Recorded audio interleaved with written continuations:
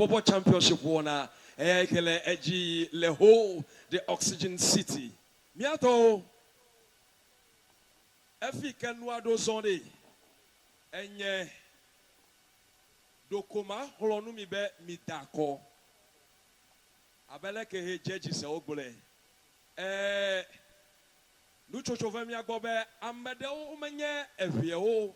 Gake wo le nu akpo, enya le kpokpo na o. Odibo ni dako gake yi. O mele nya he glo mi le meseo. Tami agbole na o. Le English o begbe me. Na only 10 dako. And so if you are watching from wherever and you want to vote, all right, the code is simple.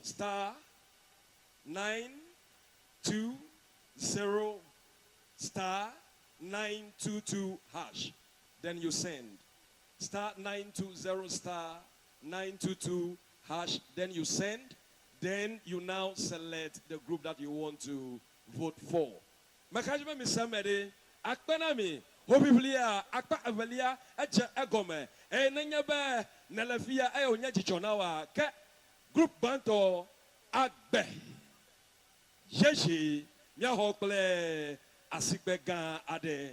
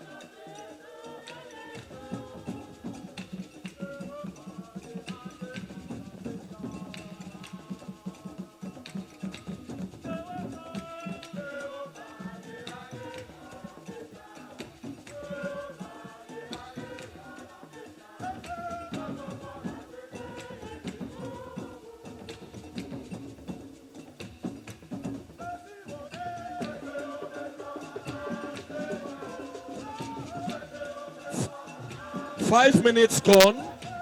Else a minute one me eton. 5 minutes gone. Else a minute one me eton.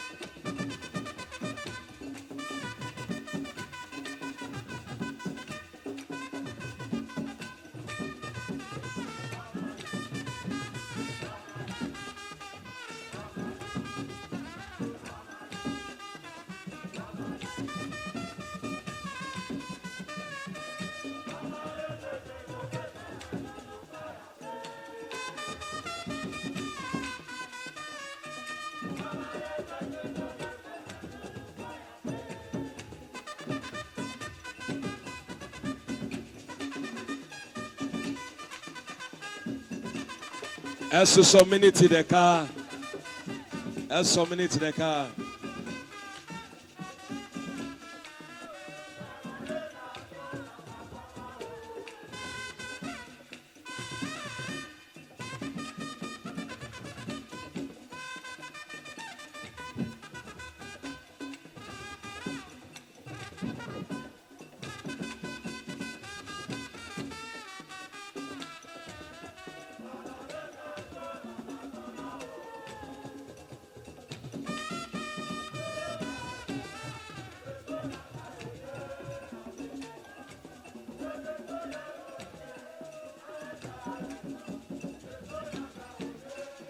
Agbeyeye.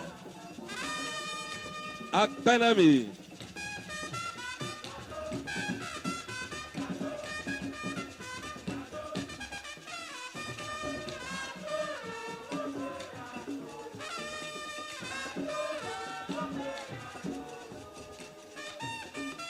Agbeyeye.